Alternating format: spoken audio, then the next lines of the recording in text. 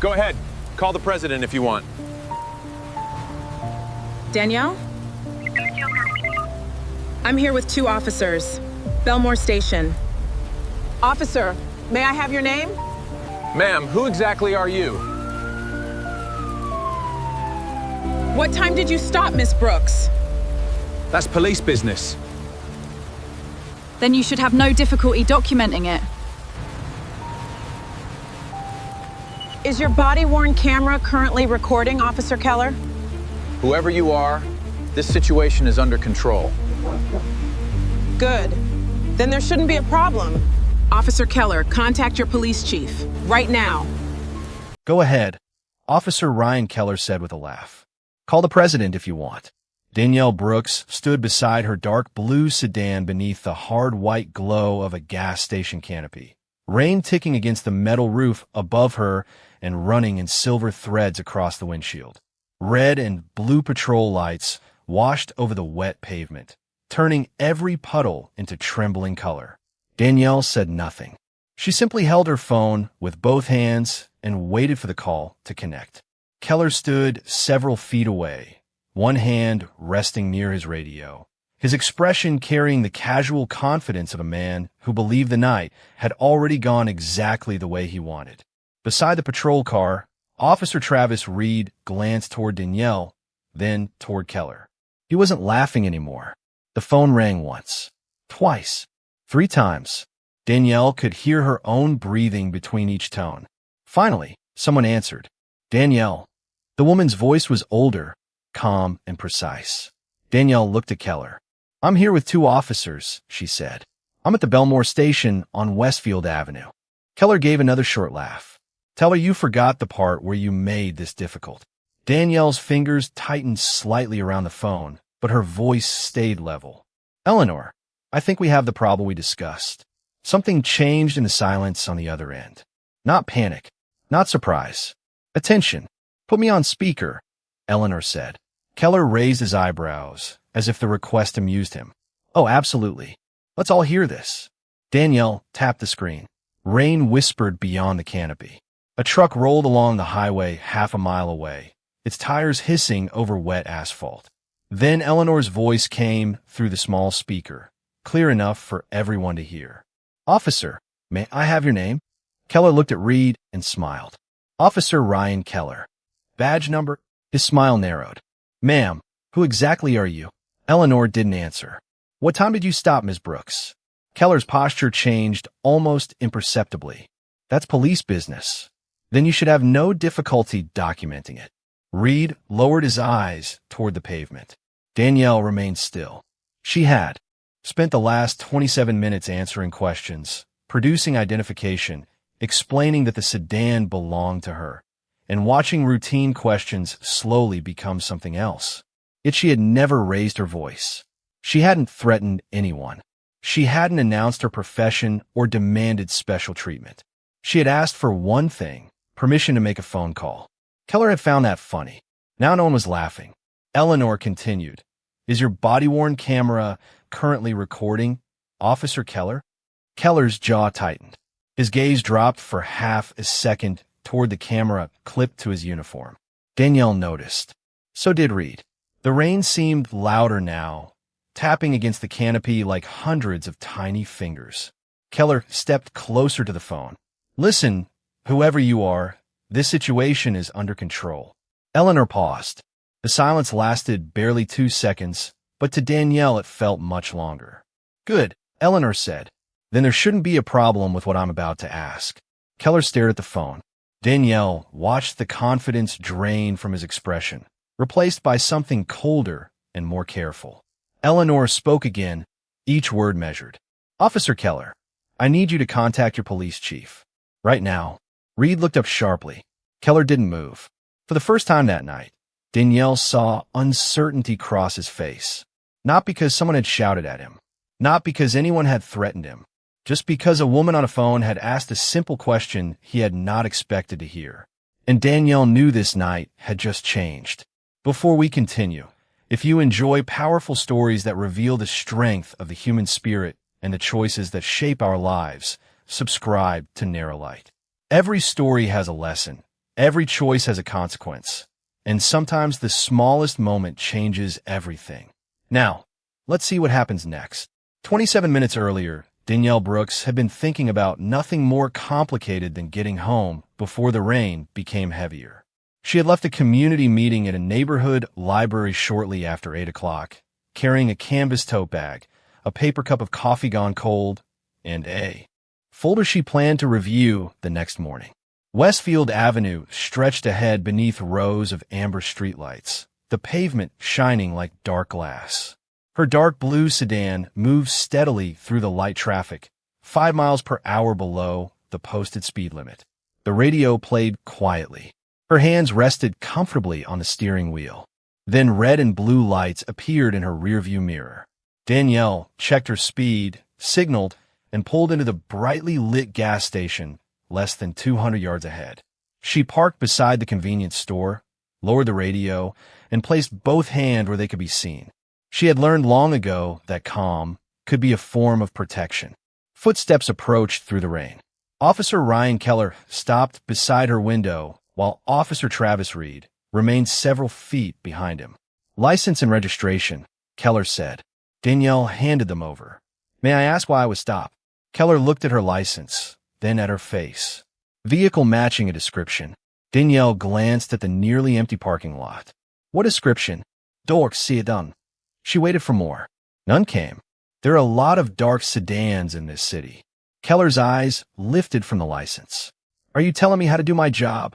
"No, I'm asking why I was stopped." Reed shifted his weight behind Keller, rain collecting along the shoulders of his uniform. Keller walked back toward the patrol car with Danielle's documents. 5 minutes passed, then 8. Danielle watched the convenience store windows glow across the wet concrete. A security camera was mounted above the entrance, angled toward the pumps and the street. She noticed it without turning her head. When Keller returned, he did not hand back her documents. "Whose car is this?" he asked. "Mine." "Registered to you?" "Yes." "You sure about that?" Danielle looked directly at him. "You have the registration in your hand." Keller gave a thin smile. "Just answer the questions." Something in his tone had changed. Danielle felt it before she could name it. The questions were no longer searching for information. They were searching for contradiction.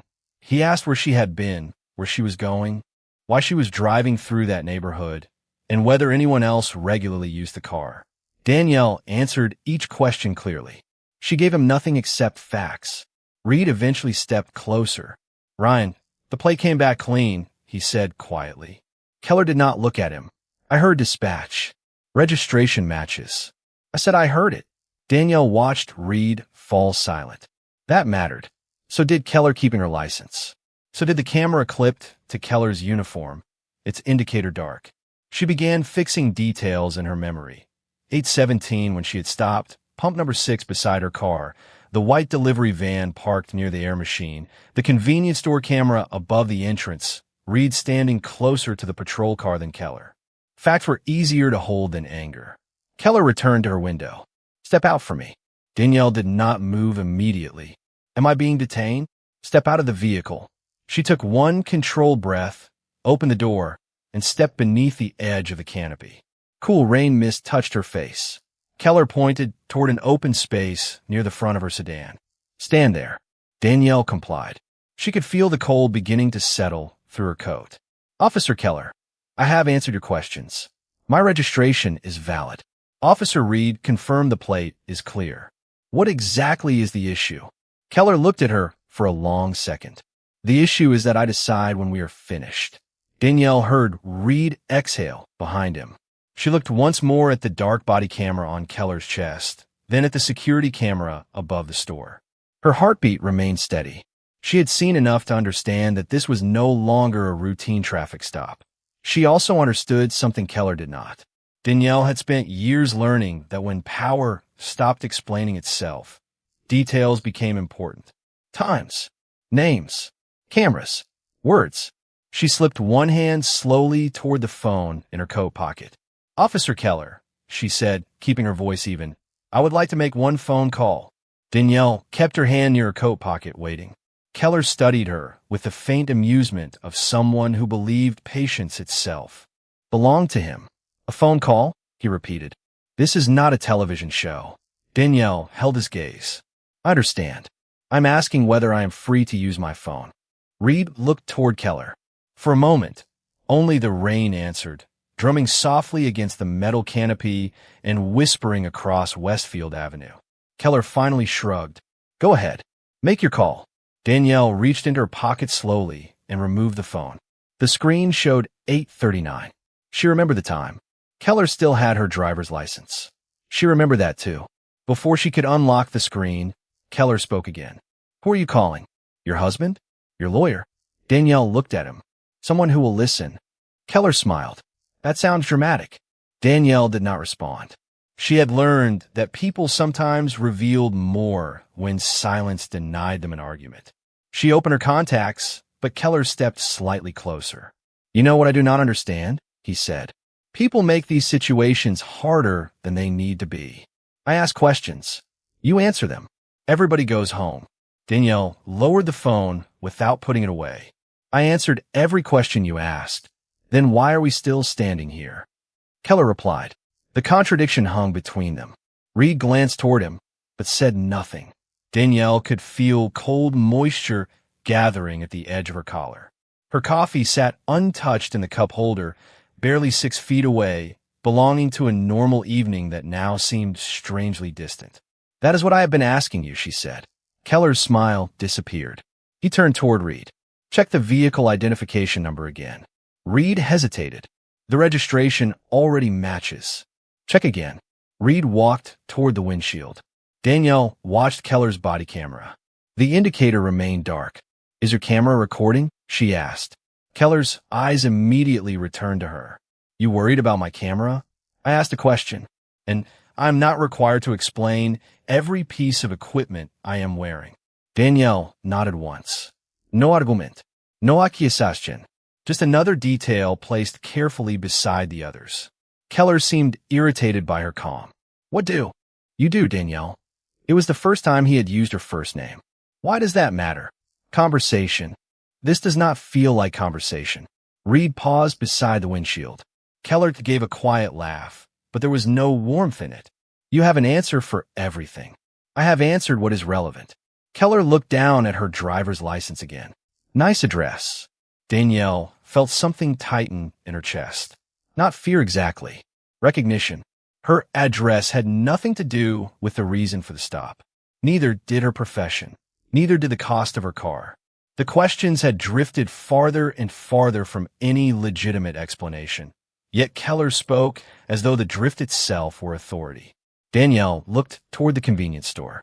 Through the glass, a cashier was arranging bottled drinks behind the counter. Above the entrance, the security camera remained pointed toward them.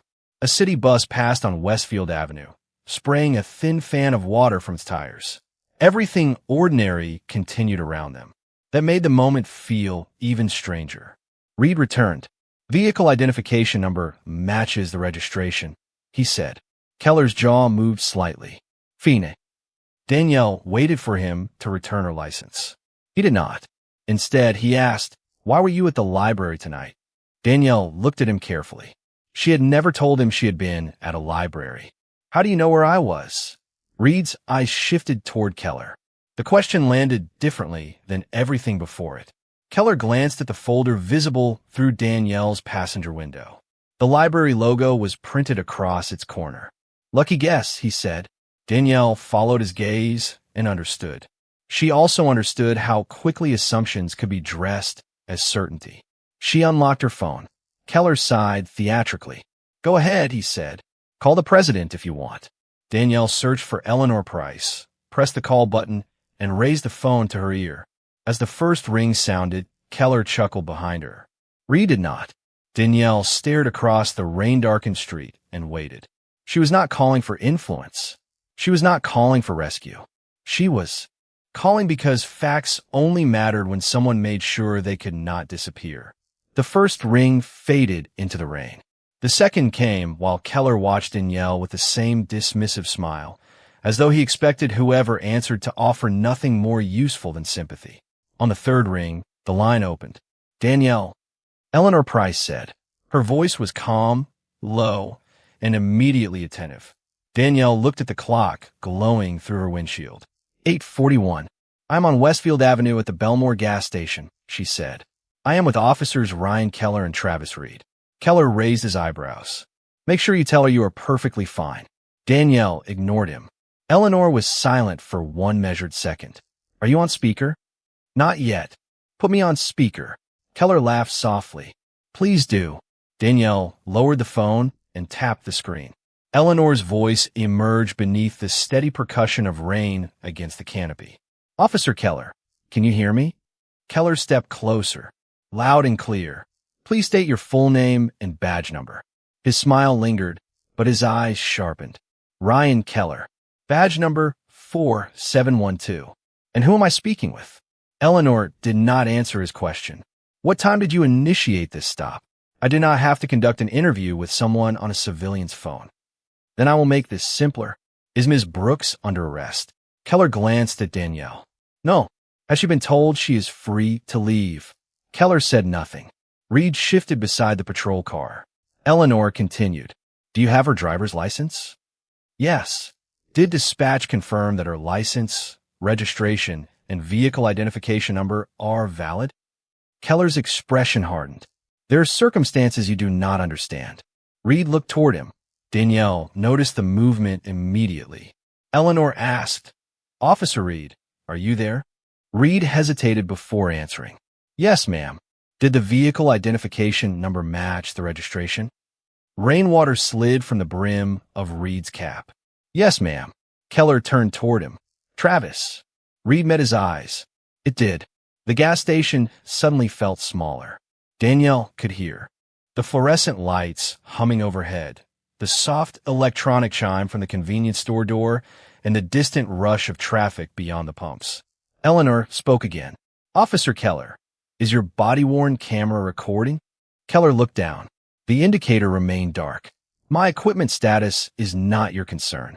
Tonight, it may become exactly my concern. His smile vanished. Who are you? Eleanor paused. Before we discuss me, I need one more answer. What specific description caused you to stop Ms. Brooks? Keller crossed his arms. A dark sedan connected to suspicious activity. Make and model? Silence. License plate? Nothing. Approximate year? Keller stared at the phone. Danielle did not move. Eleanor's questions were not loud. That was what made them feel heavier. Each one left less room for improvisation. Keller finally said, I am not discussing an active matter over speakerphone. Then preserve the record and contact your supervisor. Keller reached toward the phone, stopping short of touching it. This conversation is over. Danielle lifted the phone slightly away from him. She did not retreat. She did not challenge him. She simply kept possession of what belonged to her. Reed spoke quietly. Ryan, maybe we should call Sergeant Mills. Keller turned. I said I have it handled. Eleanor heard him. Officer Keller, please do not end this call yet. You do not give orders here. No, Eleanor replied. I'm asking you to follow a process that protects everyone standing under that canopy, including you. That sentence changed something. Keller's eyes moved from Danielle to Reed, then toward the security camera above the convenience store entrance. For the first time, he seemed to notice it. Danielle noticed him noticing it. Eleanor continued, her tone unchanged. Do not delete anything. Do not alter any notes. Do not restart any recording device without documenting when and why it was inactive. Keep Ms. Brooks's documents exactly as they are. Keller's face became still. I'm going to ask you one last time. Who are you? Eleanor took a slow breath. My identity can wait another minute. A car turned into the gas station, headlights sweeping across the wet pavement before disappearing behind the pumps. Eleanor's next words came clearly through the speaker. Right now, I need you to contact Police Chief Michael Donovan and tell him Eleanor Price is requesting to speak with him about a stop on Westfield Avenue. Reed's head lifted. Keller froze. Danielle watched recognition arrive before he could hide it. The rain kept falling, indifferent and steady, but the balance beneath the canopy had shifted. Before we continue, if you enjoy inspiring stories about courage, second chances, and people who choose kindness when it matters most, subscribe to Narralight. Our stories remind us that one decision, one voice, or one act of compassion can change a life forever. Now, let's see what happened next. Keller did not speak for several seconds. The name Eleanor Price had changed the temperature of the moment more effectively than the cold rain ever could. His eyes remained fixed on Danielle's phone, but the certainty that had shaped his voice all evening was gone. Reed noticed it too. "You know her?" he asked quietly. Keller ignored him. "Ms. Price," Keller said at last, choosing each word carefully. "There is no reason to involve the chief in a routine traffic matter." Eleanor answered without hesitation. "Then a routine review should resolve it quickly." Keller glanced toward the dark body camera clipped to his uniform. Danielle watched his fingers move near his radio, then stop. "Chief Donovan is not going to leave whatever he is doing because a stranger demands his attention." Eleanor's voice remained almost gentle. "I did not demand anything. I asked you to contact him. And if I decline, then please document that decision."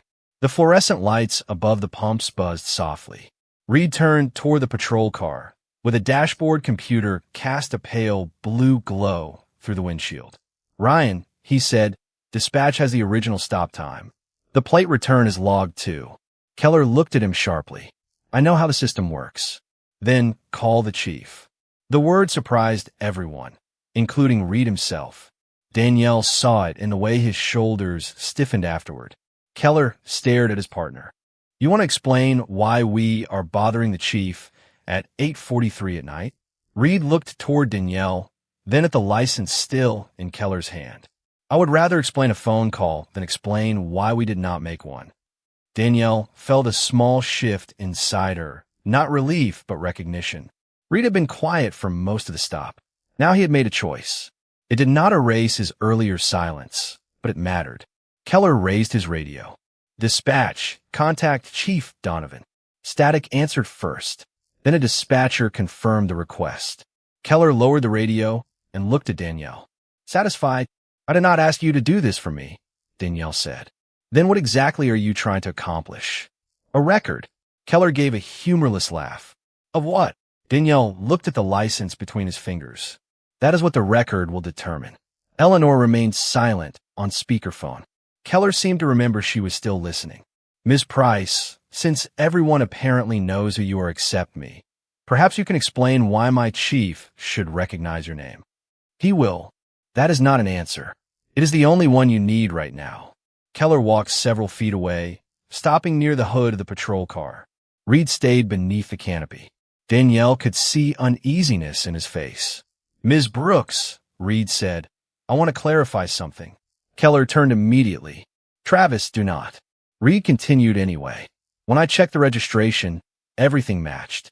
"I said that." "Yes," Danielle replied. "And the vehicle identification number matched." "Yes." Reed swallowed. "I want that clear." Danielle studied him. "Then make sure it stays clear." He nodded slowly. "No accusation. No absolution. Just a fact." A minute later, Keller's radio crackled. The dispatcher spoke his unit number, followed by words that made him straighten. "Chief Donovan is responding directly. Estimated arrival, 7 minutes." Keller pressed the radio button. "He is coming here?" "Affirmative." Reed looked toward the entrance to the gas station. Danielle glanced at the security camera above the door. 7 minutes. Long enough for truth to become uncomfortable. Keller walked back. Beneath the canopy. "All right," he said. "Nobody goes anywhere until the chief arrives." Danielle looked at him. "Was I going somewhere before?" Keller did not answer. Instead, he finally extended her driver's license toward her. Danielle reached for it, but Eleanor spoke from the phone. "Danielle, before you take anything back, ask Officer Keller to state whether your documents have been altered, marked, or removed from view since he received them." Keller's hand stopped in midair. His eyes narrowed. "What is this?"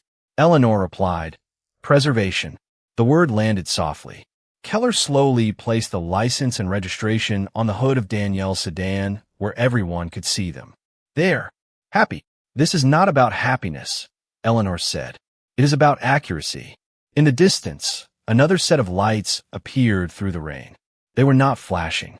A dark city vehicle turned from Westfield Avenue into the gas station and rolled toward the canopy. Keller's face tightened. Reed stepped away from the patrol car. Danielle remained exactly where she had been standing, her phone warm in her hand. The vehicle stopped 20 feet away. The driver's door opened, and Chief Michael Donovan stepped out into the rain.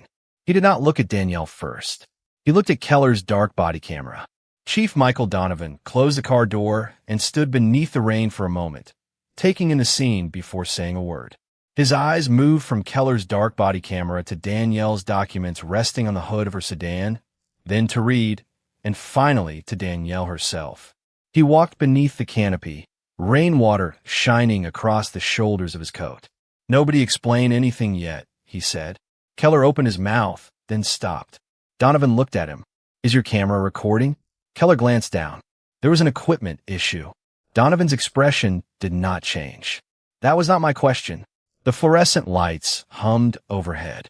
Danielle could hear water dripping from the edge of the canopy behind her. Keller answered more quietly. "No, Chief." Donovan turned toward Reed. "Yours?" "Yes, sir. It has been recording since the stop began." Keller's head turned sharply toward his partner. Reed held his gaze. "I did not turn it off."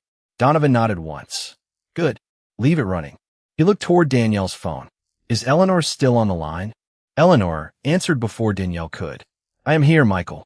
The familiarity in her voice made Keller's posture stiffen. Donovan stepped closer to the phone. "Eleanor, I received the message. Tell me what you need preserved." "Everything. Dispatch audio, vehicle queries, location data, both camera records, written notes, and any available private security footage facing Westfield Avenue." Donovan looked toward the camera above the convenience store entrance. "Understood." Keller stepped forward. "Chief, this is getting blown out of proportion. I stopped a vehicle matching a description and conducted a routine inquiry." Donovan raised one hand, not aggressively, simply enough to stop the explanation. "You will have an opportunity to give your account. Right now, nobody is shaping the record before I see it." The sentence settled over the group. Danielle felt something inside her loosen, though she remained still. She did not want Keller humiliated. She wanted the facts protected. There was a difference, and tonight that difference mattered. Donovan turned to her. "Ms. Brooks, are these your documents?" "Yes." "Have they been returned to you?" "Not yet." Donovan looked at Keller. Keller picked up the license and registration, but Donovan stopped him. "Leave them where they are until we document their condition." Keller slowly lowered his hand. For the first time since the stop began, nobody seemed interested in Danielle's occupation, address, destination, or whether she belonged behind the wheel of her own car. The questions had finally moved toward what had actually happened. Reed cleared his throat.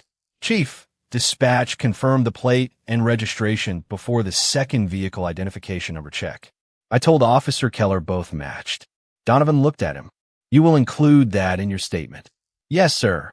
Keller stared into the rain. His earlier laughter now seemed impossibly distant.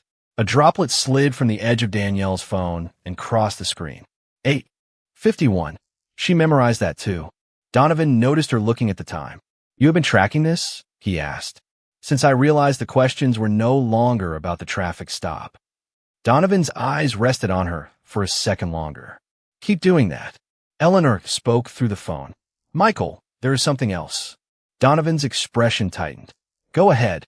Do not treat this as an isolated complaint until you compare the stop pattern." Keller looked back immediately. "What stop pattern?" Eleanor did not answer him. Donovan did. "That is exactly what we are going to determine." Keller's face lost another shade of certainty. The rain softened outside the canopy, changing from hard tapping to a quiet hiss. Danielle looked across the parking lot at the ordinary things surrounding them. Gasoline prices glowing on a roadside sign, a forgotten paper cup near Pump 4, headlights moving beyond the wet glass of the convenience store. 20 minutes earlier, Keller had controlled every question. Now the questions belonged to the evidence. Donovan stepped toward his vehicle and reached for his phone. "I'm calling professional standards. I also want someone here to secure the store footage before it cycles over." Keller stared at him. "Chief, you really think that is necessary?" Donovan stopped and looked back. "I think the truth should survive the night." No one replied. Danielle lowered her phone slightly. The screen reflected her face beneath the white canopy lights, tired but steady. She had not raised her voice. She had not demanded revenge. She had only refused to let uncertainty replace facts. Then Eleanor spoke again, quieter this time. Danielle, there is something you need to know. This is not the first time Ryan Keller's name has reached my office. Eleanor's words seemed to remain suspended beneath the canopy. Keller looked at Danielle's phone as if the device itself had accused him. What exactly is that supposed to mean? He asked. Chief Donovan turned toward him. It means you stop talking until the record is secured. Keller's jaw tightened, but he obeyed. Danielle felt the rain-cooled air against her face as Eleanor continued. 3. Complaints reached our office during the past 11 months. Different drivers, different dates, similar circumstances. Each began with a vague vehicle description. Each continued after registration had been confirmed. Reed's expression changed. Were they investigated? They were referred for a preliminary review, Eleanor said. The available evidence was incomplete. Donovan looked at Keller's dark camera. Incomplete how? Eleanor paused. In 2 cases, the body-worn camera record did not cover the entire encounter. The silence afterward was absolute. Keller looked away. Danielle did not. She understood now why Eleanor had sounded so precise from the first moment. This was not about knowing an important person. It was about preserving what previous complaints had lacked. Donovan called professional standards while Reed remained beside the patrol car, his camera still recording. Within minutes, a supervisor entered the convenience store and spoke with the manager about preserving security footage. Another officer retrieved the dispatch log. Nobody rushed. Nobody shouted. The truth was being assembled quietly, one timestamp at a time. Then Reed's camera provided the first piece. At 8:17, Keller had stated that the vehicle was a dark blue sedan. Nothing more specific appeared in the recorded dispatch information. No matching plate. No confirmed make. No model. No identifying damage. Donovan listened twice. Keller stood several feet away, his hands still, his face unreadable. Next came the convenience store footage. The manager turned a monitor toward Donovan. The camera showed Danielle pulling safely beneath the canopy, parking near pump 6, and placing her hands visibly on the steering wheel before Keller reached her window. The video had no clear audio, but its clock matched Reed's recording almost perfectly. 8:18 and 12 seconds, Donovan said. Danielle remembered the time she had estimated. She had been off by less than a minute. Then Eleanor asked for the mobile data terminal history from the patrol car. Reed looked toward Keller. Keller closed his eyes briefly. The computer log showed something none of them had expected. The registration had returned valid at 8:21. Danielle had remained there for nearly 20 additional minutes. Donovan read the screen without speaking. Danielle watched the fluorescent light reflect across his glasses.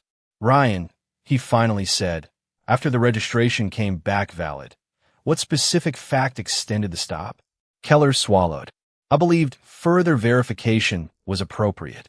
Based on what? Keller looked toward Danielle, then away. My judgment. Donovan's voice remained controlled. Judgment needs facts. Keller had no answer. Eleanor spoke through the phone.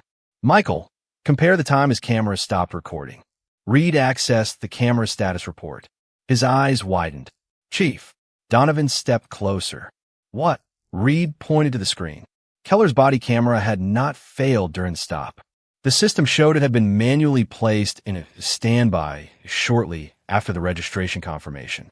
Danielle felt no triumph, only a deep, quiet sadness.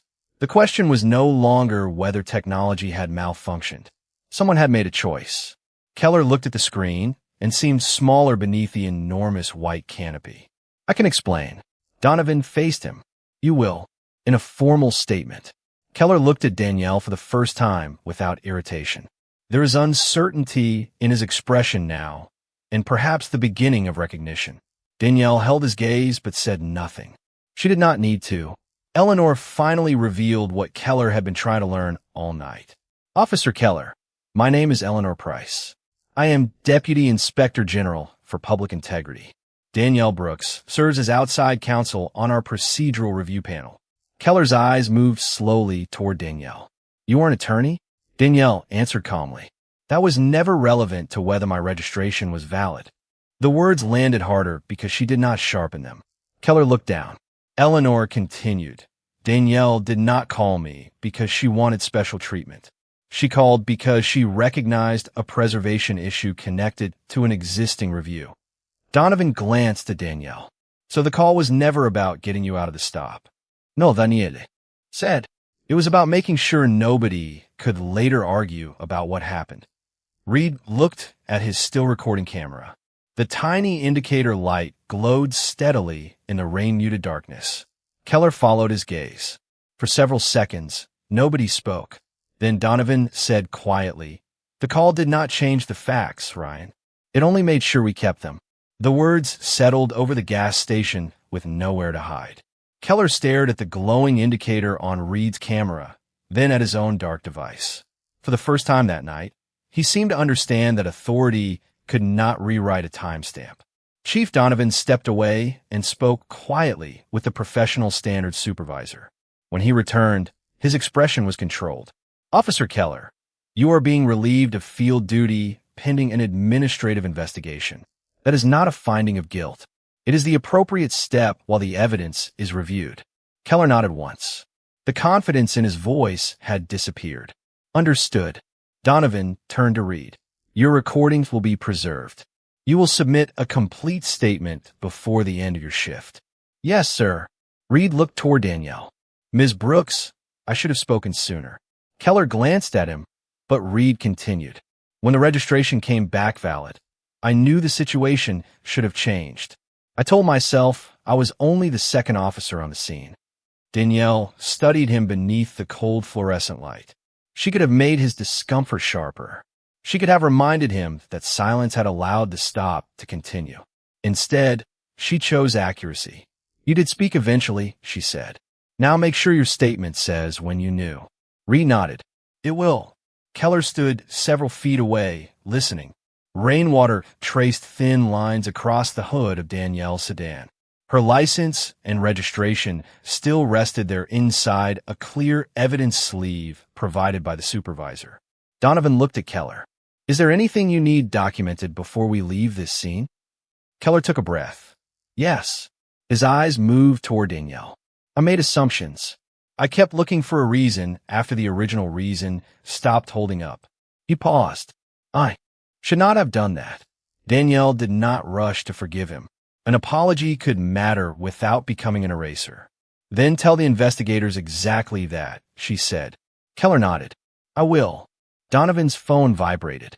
He checked the message and looked toward Eleanor's voice still coming through Danielle's speaker. The store footage is secured. Dispatch audio is secured. Vehicle query history is secured. Good, Eleanor replied. My office will coordinate with professional standards in the morning. And Michael, the prior complaints need independent review. Agreed. Keller looked up. Chief, those complaints were never sustained. Donovan faced him. That is why they will be reviewed, not assumed. Accountability works both ways. Evidence protects the public, and it protects officers from conclusions unsupported by facts. Danielle noticed Reed straighten slightly. The distinction mattered. No institution was being condemned beneath that canopy. No community was being placed on trial. The focus remained where it belonged, on specific decisions made by specific people, preserved through specific evidence. Donovan finally returned Danielle's license and registration. Ms. Brooks, you're free to leave. She took them and placed them carefully inside her wallet. Thank you. Donovan hesitated. I'm sorry this stop continued after the facts supporting it had fallen away. Danielle looked toward Keller, then Reed, then the camera above the convenience store. Chief, I do not need anyone to protect me from scrutiny. I need scrutiny to follow the truth. Donovan nodded slowly. Keller lowered his eyes. Danielle continued, her voice calm. A badge deserves respect only when the person wearing it respects the truth. The same principle applies to every position of authority. Nobody answered immediately. The rain had nearly stopped. Water dripped from the canopy in slow, evenly spaced drops. Danielle ended the call with Eleanor and slipped the phone into her coat pocket. Before entering her car, she looked at Reed. "Keep your camera on." Reed touched the device lightly. "I will." She looked at Keller next. There was no satisfaction in her expression, only steadiness. "What happens after tonight depends on what you choose to tell the truth about." Keller swallowed. "Understand." Danielle opened her car door. Behind her, Donovan and the investigators continued their work beneath the white lights. No celebration followed. No applause. Only records, statements, timestamps, and the difficult beginning of accountability. Danielle started the engine and watched the dashboard glow softly against the dark windshield. She had not won because of a powerful connection. She had simply made sure the truth was given somewhere to stand. If this story meant something to you, subscribe to Narralight for more powerful stories that remind us to look beyond appearances, challenge prejudice, and never underestimate the impact of doing what's right. Because sometimes the smallest act of courage creates the biggest change. Thank you for watching. Remember, the world changes one choice at a time. We'll see you in the next story. 3 weeks later, Danielle Brooks stood near the tall windows of a municipal conference room while morning sunlight spread across the polished floor. The storm on Westfield Avenue had become a memory, but the fact from that night had not faded with it. They had been preserved exactly as Eleanor Price had requested. Dispatch records, vehicle queries, Reed's body-worn camera footage, the convenience store recording, Keller's camera status history, and written statement from everyone involved. The independent review had reached its conclusion carefully, without spectacle. Investigators found that Keller had extended Danielle's stop after the original justification was no longer supported by the available information, and that he had manually placed his camera into standby during a critical portion of the encounter. The earlier complaints were reopened separately, each evaluated on its own evidence rather than treated as proof of another. Keller received disciplinary consequences under department policy and was removed from patrol duties while completing additional review requirements. Reed remained on duty after cooperating fully, but his own conduct was examined as well. His eventual honesty mattered. So did the minutes when he had recognized a problem and remained silent. Chief Donovan refused to let either fact erase the other. The department introduced a new supervisory review procedure for extended vehicle stops and strengthened requirements for documenting interruptions in body-worn camera recording. Donovan had been careful when announcing the changes. One person's misconduct, he said, should never be used to condemn every person wearing the same uniform. But protecting an institution could never mean protecting an individual from accountability. Danielle had appreciated that distinction. Justice became dangerous when it turned into another form of prejudice. The purpose was not to reverse the direction of contempt. It was to end the habit of judging people by assumptions instead of facts. Across the conference room, Donovan finished speaking with Eleanor and walked toward Danielle. "I wanted you to know Keller gave a complete statement," he said. Danielle looked away from the window. "Complete." He admitted he continued looking for justification after the registration came back valid. He also admitted the camera was placed into standby intentionally. Danielle absorbed the words quietly. She had imagined hearing them during the investigation, yet they brought no feeling of victory. Did he explain why? Donovan nodded. He said he had become too comfortable trusting his assumptions. Danielle looked down at her phone.